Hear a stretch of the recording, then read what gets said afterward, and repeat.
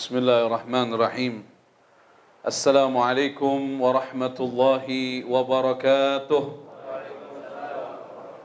Nah, ini mayoritas jawabannya benar nih. Waalaikumsalam, bukan waalaikum salam. Salamnya ada tasdid itu. Waalaikumsalam warahmatullahi wabarakatuh. Tahiyya ahlil jannah harus tepat bacaannya. Ya. Assalamualaikum warahmatullahi wabarakatuh. Alhamdulillah wassalatu wassalamu ala Rasulillah Sayyidina Muhammad ibn Abdullah wa ala alihi wa sahbihi wa man wala, amma ba'd. Al-Mukarram Ustaz Abdullah, sahabat saya selama di Hadramut sampai terus panjang zaman dunia akhirat. Amin. Asy-Syaikh Kamal, imam kita yang paling indah suaranya, hafizahullah wa ra'ah, segenap para hadirin dan hadirat rahimakumullah. Ada kisah yang menarik.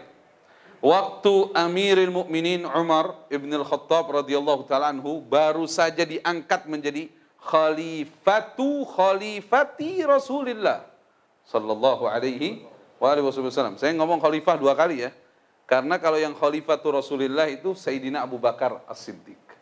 Kalau Sayyidina Umar itu khalifati Rasulullah sallallahu alaihi wasallam. Jadi khalifahnya khalifah Rasulullah. Kalau Sayyidina Utsman itu khalifati Rasulullah sallallahu alaihi wasallam. Makanya supaya gampang disebutlah Amirul Mukminin. Pertama orang disebut dengan Amirul Mukminin ya Umar ibn al-Khattab radhiyallahu taala anhu. Pakai ain ya, Umar, bukan Umar. Umar artinya diperintah. Ini nama orang nih, Umar, pakai ain. Nah, Sayyidina Umar waktu awal diangkat jadi Amirul Mukminin ngirim surat. Ngirim suratnya kemana? Ke Yarmuk, ke negeri Syam. Waktu itu lagi perang, kaum muslimin menghadapi tentara Romawi yang menjajah negeri Syam. Negeri Syam sekarang terpecah jadi 4 negara. Apa saja? Suriah, Palestina, Yordania, dan sebagian dari Libanon. Sebagian dari Libanon. Itu dulu semuanya negeri Syam di zaman Nabi Muhammad sallallahu alaihi wasallam. Akhirnya ngirim surat ke Yarmuk. Surat itu ditujukan kepada Abu Ubaidah ibnul Jarrah radhiyallahu ta'ala anhu. Pengangkatan Abu Ubaidah ibnul Jarrah menjadi panglima perang di Yarmuk mengganti posisi Khalid ibnul Walid. Padahal saat itu Khalid ibnul Walid lagi jadi panglima. Dan tidak ada perang yang kalah kalau dipimpin oleh Khalid ibnul Walid. Karena beliau mendapatkan doa dari Nabi kita Muhammad sallallahu alaihi wasallam, Saifullah al-Maslul, pedangnya Allah. Nggak ada yang bisa matahkan pedangnya Allah. Oleh karena itu, tapi Sayyidina Umar mengganti Abu Ubaidah menjadi panglima perang, mengganti Khalid ibnul Walid radhiyallahu ta'ala anhu. Nyampe suratnya perang mau dimulai hari itu. Kan perangnya lama tuh. Nyampe suratnya perang mau dimulai. Kata Abu Ubaidah bilang sama yang bawa surat, kalian rahasiakan isi surat ini. Nanti biar saya menyampaikan setelah perang hari ini. Nah, itulah pinternya Abu Ubaidah ibnul Jarrah. Karena kan nanti bisa kacau urusannya.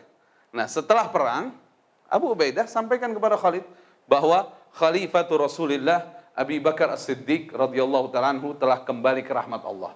Dan sekarang yang menjadi Amirul Mukminin adalah Umar ibn al-Khattab, dan beliau mengangkatku menjadi panglima perang. Engkau ikut kepada perintahku mulai hari ini.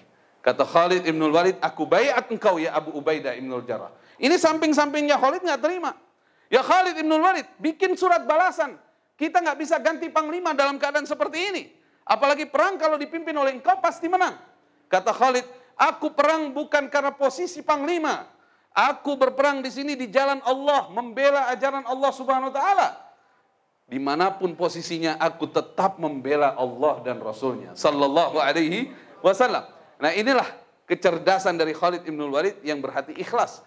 Singkat kisah, ada lagi surat rahasia sebenarnya, itu diungkap setelah peperangan. Yaitu surat Umar kepada Abu Ubaidah ibn al-Jarrah bahwa angkat Khalid jadi penasehat perangmu. Apapun strategi yang diusulkan Khalid, ambil. Karena dia ahlinya memang. Singkat kisah, perang berjalan dan dimenangkan oleh kaum muslimin. Barulah Umar ibn al-Khattab berpidato di Madinah.